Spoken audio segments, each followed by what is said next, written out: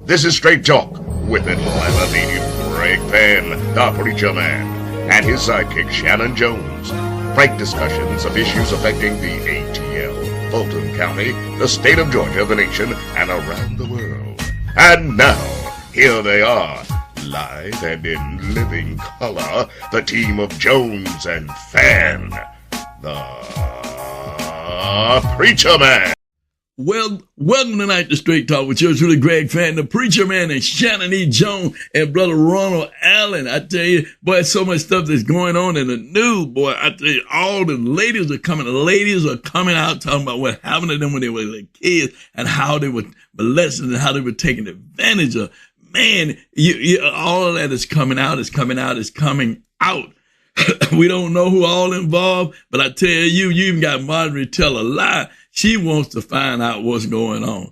Oh man, I don't know if it's because she's running for re-election or not. I don't know, but I'm glad to see her and some Republicans coming on the side to try to find out what's really going on. And listen, we know, as we see, Putin has played Donald Trump. He has played it. We've seen it come out the news today that Putin is getting with Korea and China, North Korea and China and India and Iran, and they're coming against, oh boy, I tell you, he has played him. But we'll talk more about it. On the other side. Miss C won't be with us again tonight. She is getting her some much needed rest called R&R, but she'll be back with us real soon. So don't you go nowhere. Don't forget to subscribe to this channel, our YouTube channel and Facebook channel, and like us. Continue to make the comments. We appreciate everything that you're saying, how you're agreeing with us. And then some people say, I don't understand why you keep talking about it. Well, you may not understand why we keep talking about it, but it's a real thing, baby. If it was your child, if it was you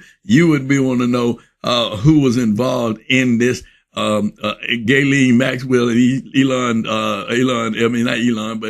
Epstein's scheme. Elon brought it out, but it's coming on, baby. It's on and popping. And don't forget to share our channel, and if you want to be on, get on and be a part of the discussion, all you gotta do is go to Straight Talk News 1362 at gmail.com, and we'd love to have you as a guest. We'll be back in just a little bit on the other side with Shannon and Ron, and don't you go nowhere. Won't you? Just wait and be right there. All right. It ain't nothing but.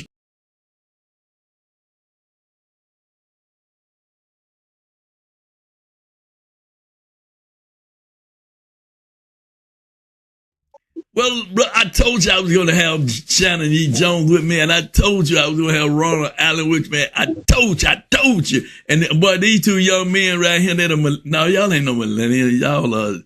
Y'all ain't Gen X's or what are y'all? I forget. Gen X. Yeah, but we don't want to X y'all out of here. You ex-millennial. Do what now? Ron, you ex-millennial.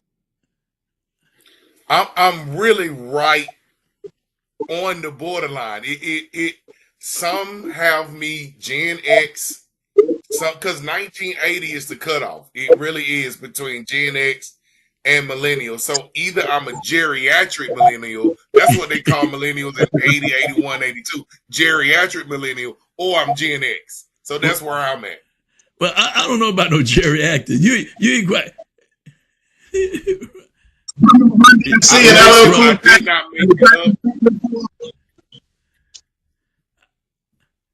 I feel like a millennial though. If I did have to answer that question, well, and not to separate myself from you, Shannon, we are contemporaries. We the same age. But if I had to answer, I am millennial. I'm the first iteration of the millennial generation. Is me. Do you remember DMC? And do you remember the Jackson Victory Tour? None of that. I came in. You're a millennial. Consciousness around 85, and so you're a millennial. Touches is really like, yeah, millennial. Yeah, I'm millennial. I don't remember the Jackson tour myself. I don't remember. I remember the Jackson. I don't remember that tour. But that's all. Michael had a wet nurse. You remember that tour? I definitely do. I definitely do. When he was a little kid running around there singing and going on. I remember that. I remember that too. He all up in the arms of Diana Ross. Yes, I remember all of that. I remember that. I remember the Ed Sullivan show when he came on Ed Sullivan show. I remember all that. I do remember all that. I just want to let you know. I'm not afraid to talk about what I remember. I remember Carol Burnett, Ed Sullivan, Lawrence Well. People you guys don't know. We remember them too, Bishop. Oh, you do? They were just in syndication when we saw them. Oh, we remember them too. Oh, you remember you remember them in syndication? Okay. In syndication, yeah, they were reruns, but we got to them though. Yeah, well, did you remember Red Skeleton? Did you remember Red Skeleton? Did you? Red Skeleton. Yeah. Did you remember Red Skeleton? Oh, see now. I don't remember Shannon. I don't know nothing about no Red Skeleton. But I've only heard of Red Skeleton after. But I remember Trump when Trump was in the casino business, the failing casino business. Oh, you do? And I remember him when he had Trump Airlines. You do? I remember the failing Trump Airlines. I remember that. Oh my goodness! Okay, boy, you got a good memory to be such a young man. Yeah.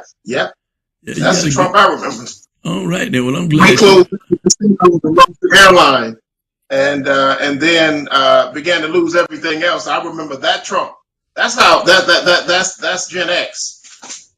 All right. Well, we don't went over the X's and all of that, and I'm a baby boomer. Ron, we can't hear you, Ron. We can't hear you. Well, that's because I'm not saying that, Bishop. Oh, you weren't saying that? Okay. All right. Well, listen. Right, but I'm back in. But all right, yeah, but for some reason we see you, but we don't see your mouth moving. We just see you laying up against the wall. Cool, Daddy. Oh, I got you. Cool, Daddy. I got you.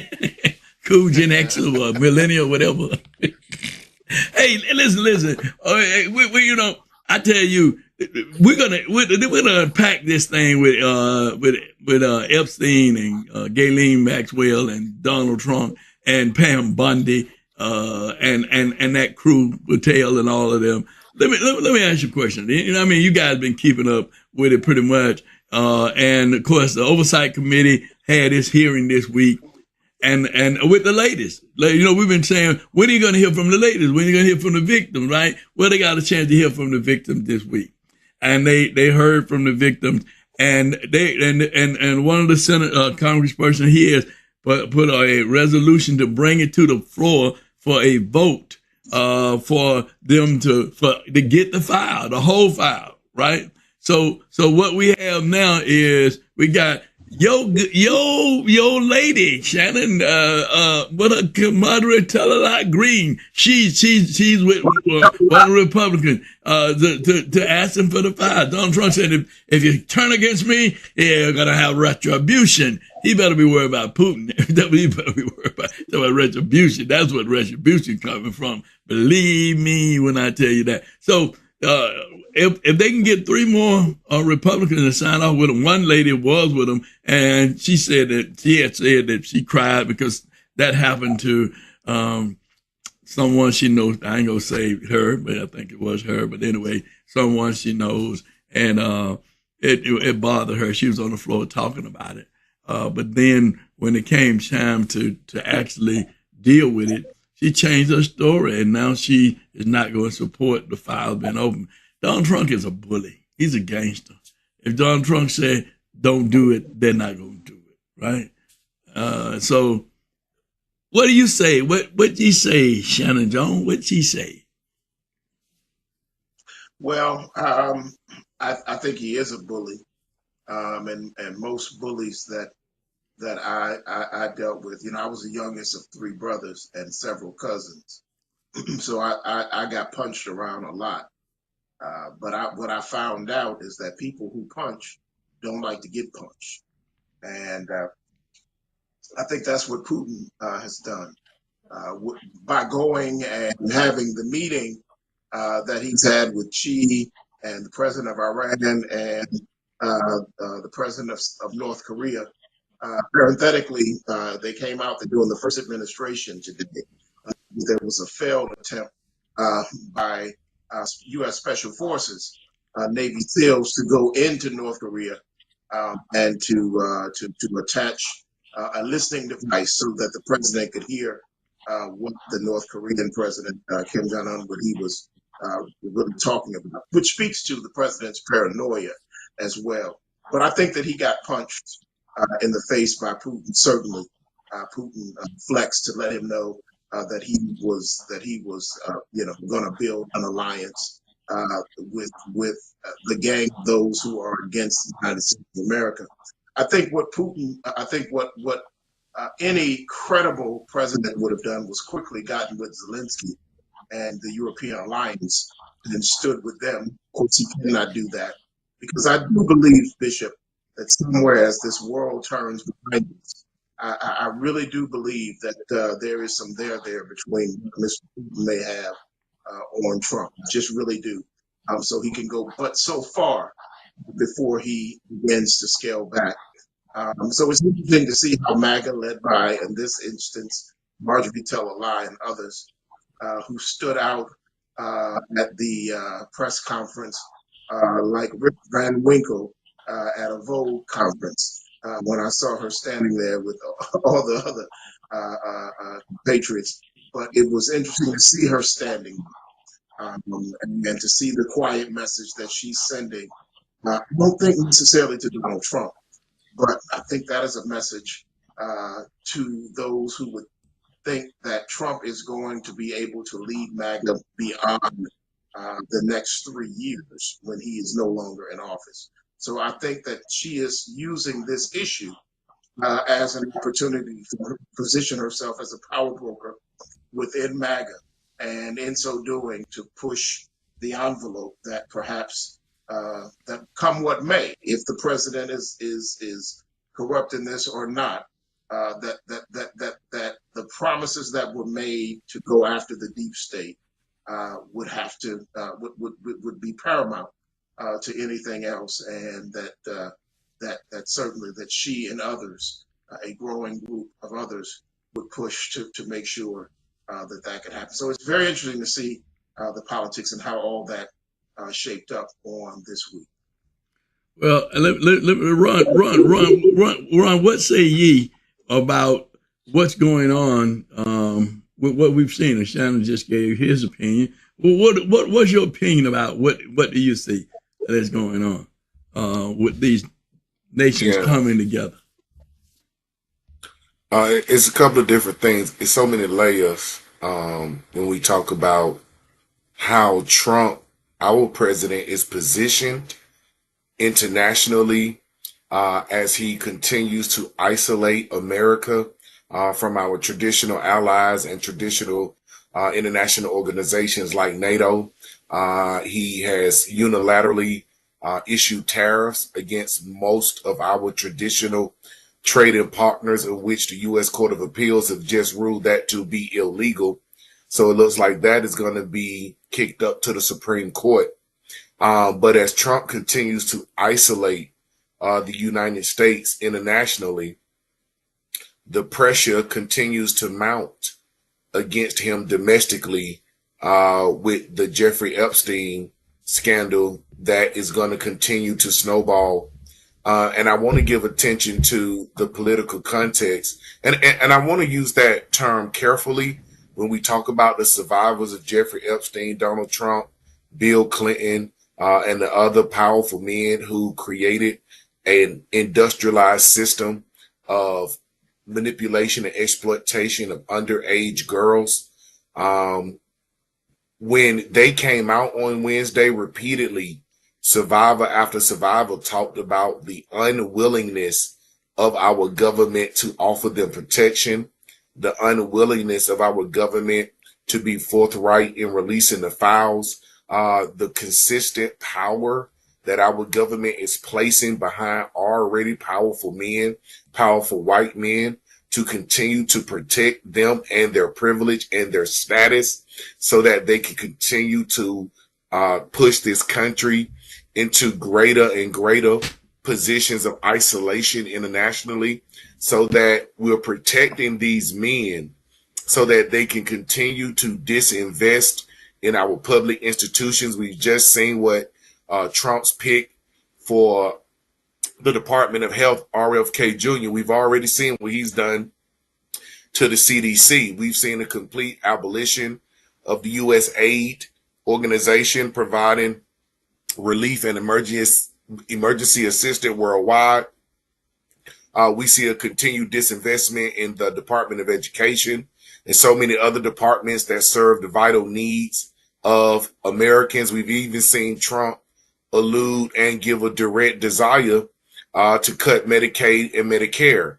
And so when we look at the survivors who are being very honest with the American people and telling the American people time and again that our government is positioning itself to protect the powerful men, positioning itself to protect entrenched politicians like Donald Trump, entrenched politicians like the Clintons, entrenched politicians who gave Jeffrey Epstein, let's not forget the district attorney down in Fort Lauderdale or Broward County down in South Florida that gave Jeffrey Epstein a guaranteed non-incarceration deal for being a serial pedophile, abuser of young people. The government issued a guarantee in the state of Florida to never arrest Jeffrey Epstein for giving minor cooperation when he was being investigated in the mid-2000s.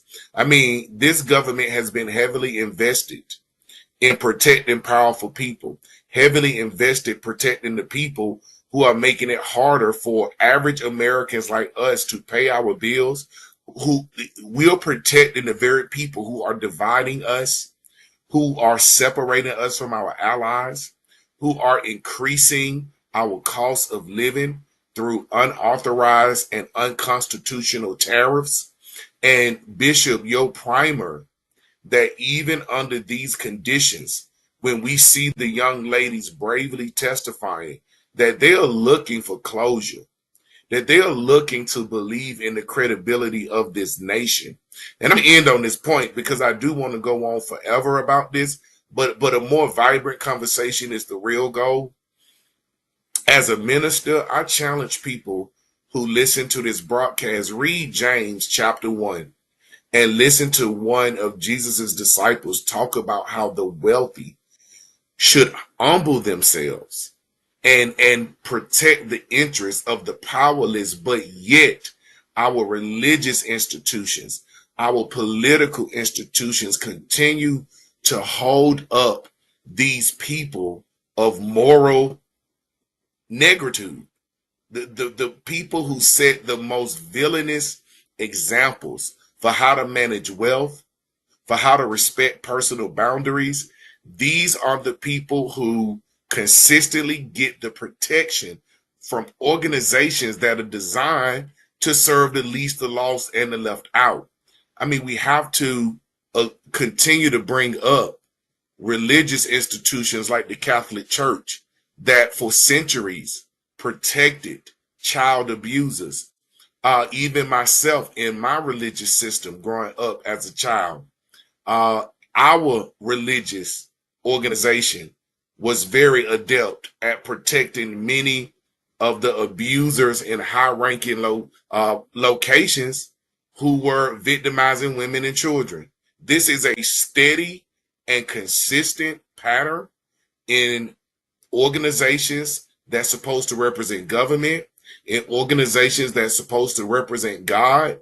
And it is time to draw the line in the sand and refuse to continue to politicize abuse. We have to stop politicizing trauma, as many of these survivors were very eloquent and brave and authentic in sharing their difficulties in moving on with their life, because there has been an effort to reduce, minimize, and eradicate accountability.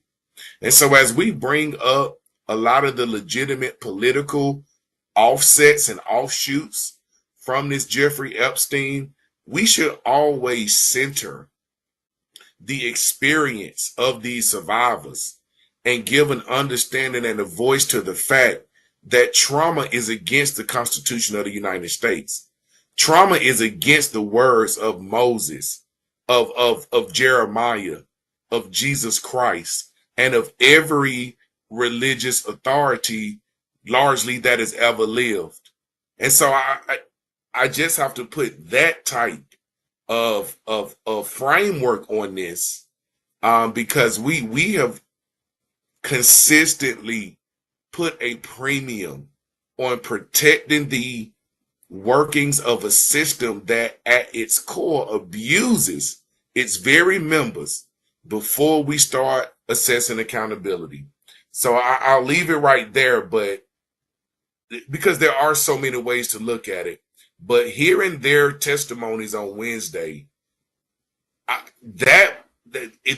was so impacted by that as a human being. So let's take it from that point. I want to say this to you. I would say you're definitely a preacher. You done closed 3 times.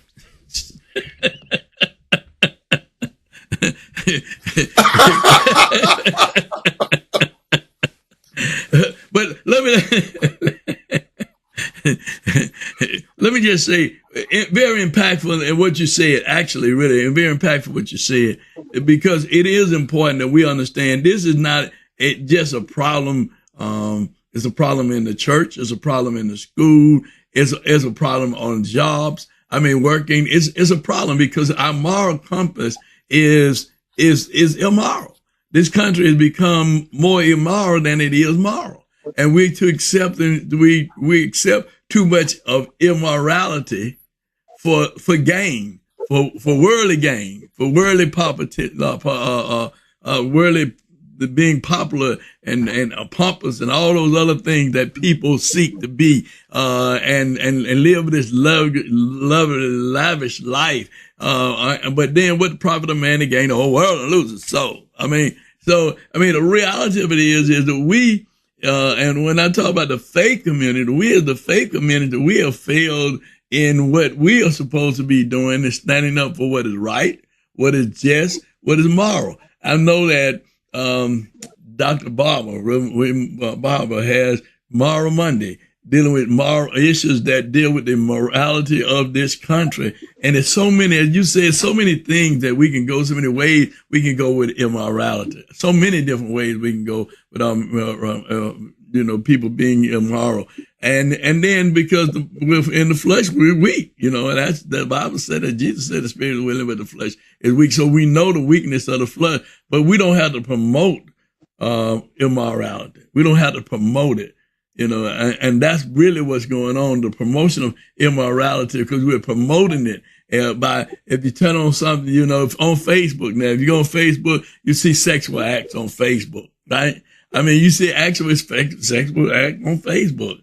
People talking about erections and all this other stuff. I mean, really, and kids, and you don't monitor what the kids are seeing, so you don't know what the kids are saying. So these things used to be in the bedroom or behind closed doors, right? Now it's in the open. It's everywhere. I mean, I'm just talking about what's really, what we're seeing and what we're accepting as being the norm. So the problem that we experience is because we're not standing up as men and women of faith and of God. And I'm not talking about being just dogmatic about certain things, but just being truthful to what things are, and things that are immoral, and things that are not right, and things that are not pleasing in God's eyesight. And when we see these things, we don't say anything. One of the things that I want to say, I want to go back to something you said, Shannon, about Putin and Trump. If you recall, Trump tried to buy property in Russia to build a hotel, to buy a piece of property in Russia to build a hotel. Putin, he could stay on the top floor of the hotel that he built rent free. Now that was during his time, his tenure, and I don't get it. This man has just been able to do all these things, sit around with all these tech giants and ask them how much money they're gonna put here, how much money they're gonna do that. I mean, I would say he's a shyster that you see that's acting out on TV and he's a crook, and everybody knows he's a crook, and he's doing crooked things, but people are not calling out those things because they're afraid as to what happened to them, how they may lose their money, how they may lose their prestige if they do. And now you got what's his name? The senator. His name escaped me right now. That's been there the longest time that they stepped down. Out of Kentucky. I think he's from Kentucky. You know what I'm talking about. Oldest one that's there. Huh? Mitch McConnell? Mitch McConnell. Mitch. Thank you so much. His name escaped me. But now he's talking about how wrong Trump was and how wrong what Trump was doing. But you enabled him to do these kinds of things. But now it's gone so far. Now you want to talk about what this stuff is wrong. When you got that crazy Kennedy talking about hiring somebody that don't know nothing about public health to be over public health. How ludicrous is that? How ludicrous is that? And people are not standing up and saying anything about it. I'm talking about in the faith community. They're not saying anything about it. Like, okay, well, that's what they're doing. So let them do what they do. But it's time for us to stand up. It's time for us to speak out. It's time for us to hold up the bloodstained banner, because this time is crucial. God is looking at us. God is seeing what we're doing and what we're not doing. And we need to have the spirit of Daniel and not be afraid. We need to have the spirit of Shadrach, Meshach, and Abednego and not be afraid. Because if we say we believe in God, we know God got our back, then God has called us to be the people that we are, to be the prophets, to call out about the wickedness in the land. Because there's too much wickedness in the land, and we are allowing it to take place on every level. On every level, as you said, Ron, on every level. On every level. I think, Jen, you wanted to say something. A lot of what's going on. I mean, today we get a jobs report that 22,000 jobs have been created in the last month. Now, a multi-million resident nation, and 22,000. I think it's 22,000 people in one area of South Fulton. And that's how many jobs have been created. 6.7 jobs have been eliminated for African Americans. I believe it's 10%, or no, the reverse of that. 6.7, I believe, jobs among Black women. 10% jobs among young people unable to find jobs. And then today in Georgia, where Brian Kemp is walking around talking about the fact that we're bringing in multinational corporations, create jobs for Georgians. 475 North Korean contractors were arrested today by ICE, pretty much shutting down the build and the work that would go into this new Hyundai battery plant that has been promised to bring so much millions of dollars into the state. Perhaps Kia will be next. If I were Kia and if I were Hyundai, I would say deuces and go to Canada and get out of the United States of America, because we're at this point of putting politics, as Trump has signed an executive order tonight changing the Department of Defense, adding a second name to it, the Department of War. But in so doing it, literally taking down the signs that say Department of Defense, making them Department of War. And Secretary Hegseth is now being called, instead of Secretary of Defense, Secretary of War. So we've just got a lot of stuff going on that's really trying to deflect. And I don't ever want us to get off of it. All of this by Trump is trying to deflect the fact of this Epstein case. Let's just look at this and give me 30 seconds on this. This country is being run by a man that was afraid that he was going to die in prison with Pookie and Ray Ray. And he did whatever he had to do to be able to get elected, having no plan outside of the plan and the machinations of xenophobias, or those who trade in xenophobia, I should say, racist, and people who are attempting to advance a kind of privilege and protection to white nationalism and white supremacy. And so this administration is all about pushing away any norms of progress, moving away any of that. The attack on the sister at the Fed is the fact that we want to roll away any progress, and we want to take things back to a world when Trump felt he was happy, when men like his father denied black men and their families for being able to check into their rat motels, hotels, and rat apartments in Queens and in Brooklyn. He wants to go back to a world where white men are the face of everything, and everybody else and everything else bows to that. That's Trump's world, and that's what he's trading in. And he has empowered those who traffic in these types of this type of ideological praxis. And so this is what we are witnessing, and we're up for about another 3 years of this. It's only going to get worse. But with all of this, no one is saying that Donald Trump should go.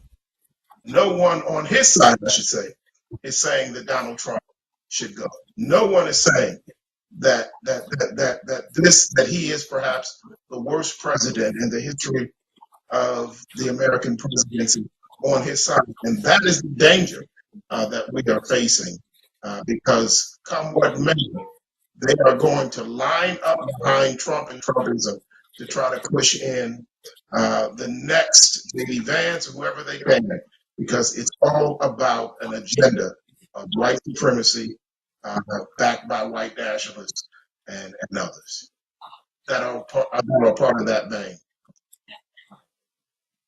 What you said, the white nationalist Christians, the evangelical white nationalist Christians? No. Okay. No. Okay. No, that's like being a donkey horse. There's no such thing as a white nationalist or a white supremacist that also is a Christian. No, sir. You can't be one or the other. You are a white nationalist and or white supremacist. Maybe. But I mean, but I mean, Shannon, but that's what they call themselves. But Shannon, I hear what you're saying. I hear what you're saying, but I'm talking about that's what they call themselves. You know, I mean, I tell you, I'm a believer. I don't even deal with the title Christian because they do too much, and that's out of the will of God. I can't carry that banner. You know, so that's just me. Said that you can put kittens in an oven, but you shouldn't call them biscuits, and so that's what Malcolm said. And I agree. You agree? You say, but no. Well, Ron, what do you say? What say you, Ron? What say ye in the last 3 minutes? What say ye? Yeah, it's interesting to note the character of Trump in this terrible saga because he is expertly playing everything to his benefit. Because in analyzing the actions of our president, is very interesting that he refuses to play the same tricks internationally that he's playing in America. In the United States, he refuses to pay his taxes for the last 30 years, but on his properties in China and other places throughout the world, he's paying those taxes directly because his influence and his privilege and his status is much more conditional to his being in good standing with those governments internationally.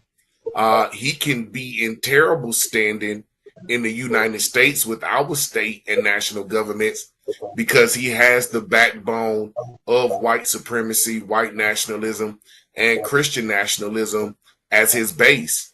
And so the more he continues to defy our government and our norms and our traditions, the more he's seen as a maverick, as an innovator, even as a weapon of God. I mean, it was so amazing looking at the January 6th insurrection and how many religious images of Donald Trump we saw.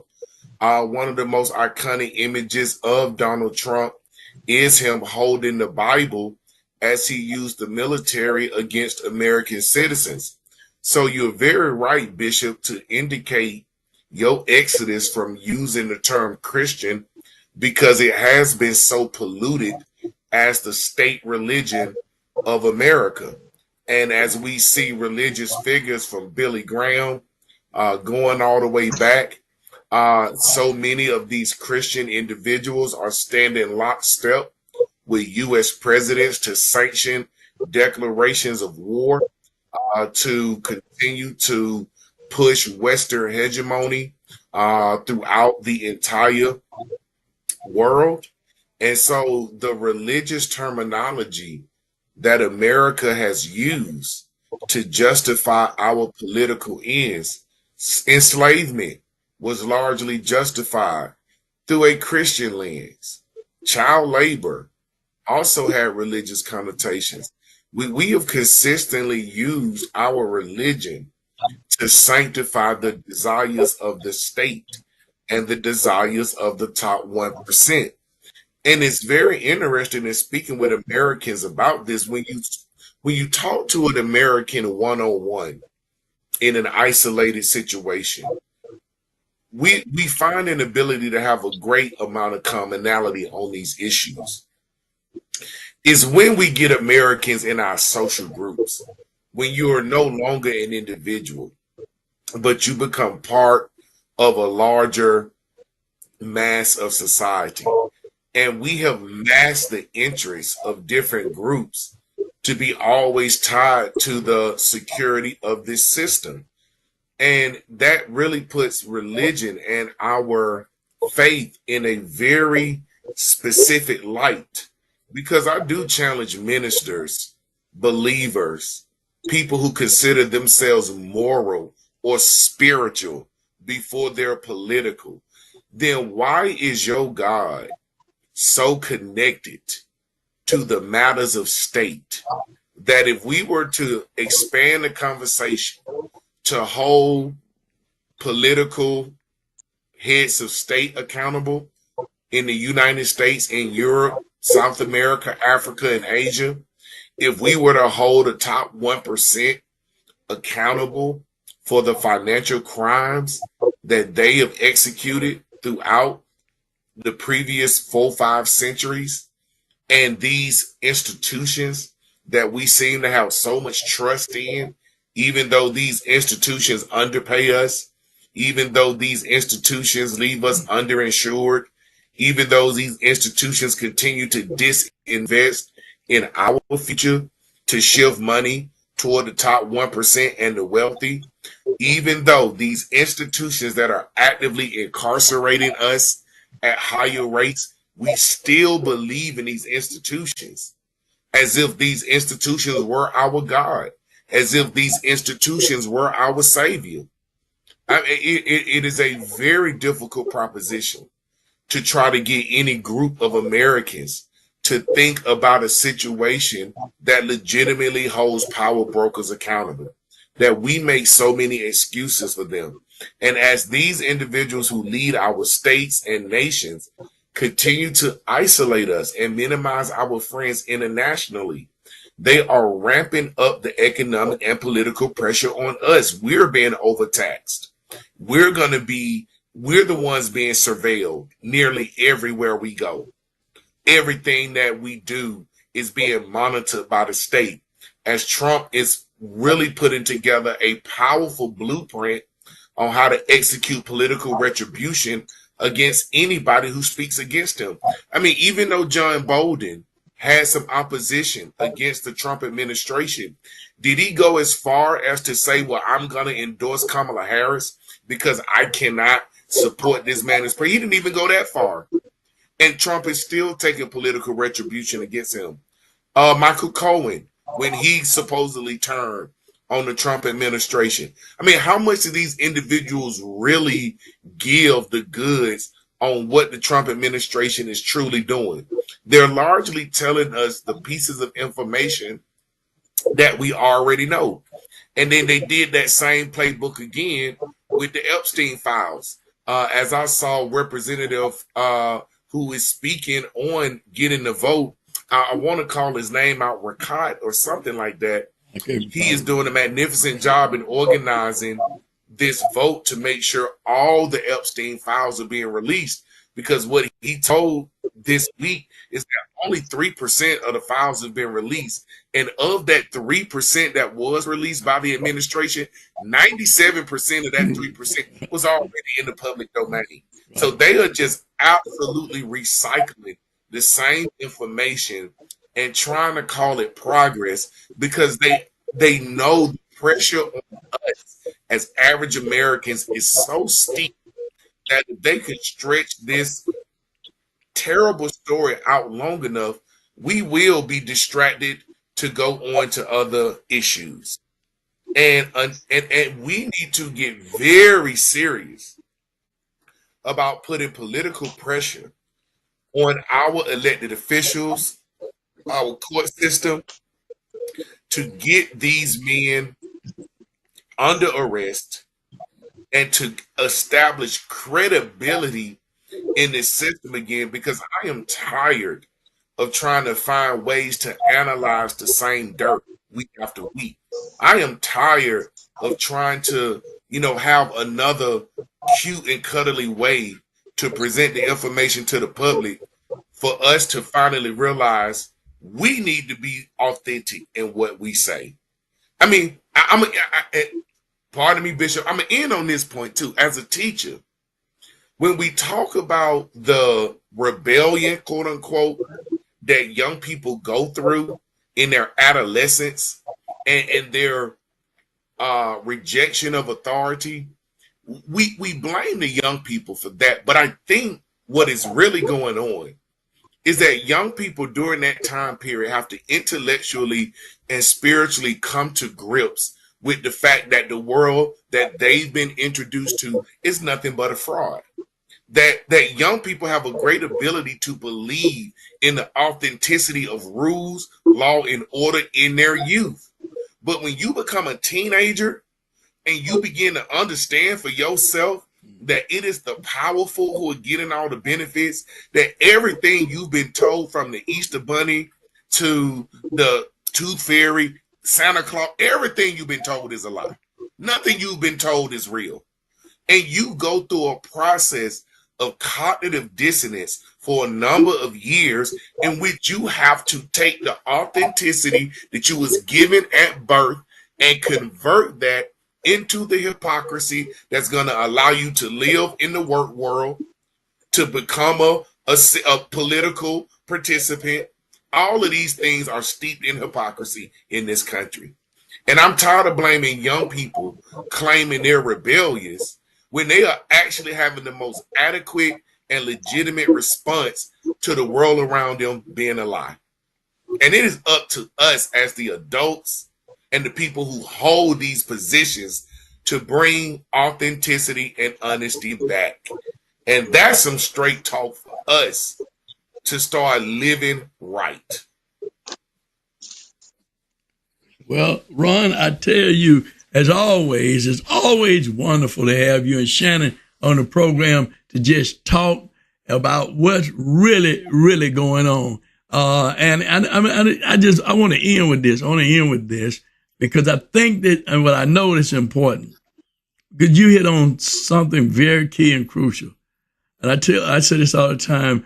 Kids have been brought up in a make-believe world because parents, my generation, who was able to do better than my father and mother, who also said, I wanted you all to have a better life. Then we said we want our kids to have a better life. But we were in a better position because we had better jobs, better paying jobs. We got into what was a middle class that we thought was in the middle class, right?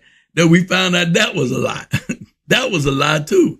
But we had our kids to believe that they were middle class kids, many of them, because they were able to drive cars, they were able to do this and do that and do all those things. They sit at eat wherever they want to eat, go wherever they want to go, do all these things, and they thought that these are the norms. But when we look at it, it's not the norm. It's not the norm, and we can see that they're making it not the norm now because kids now.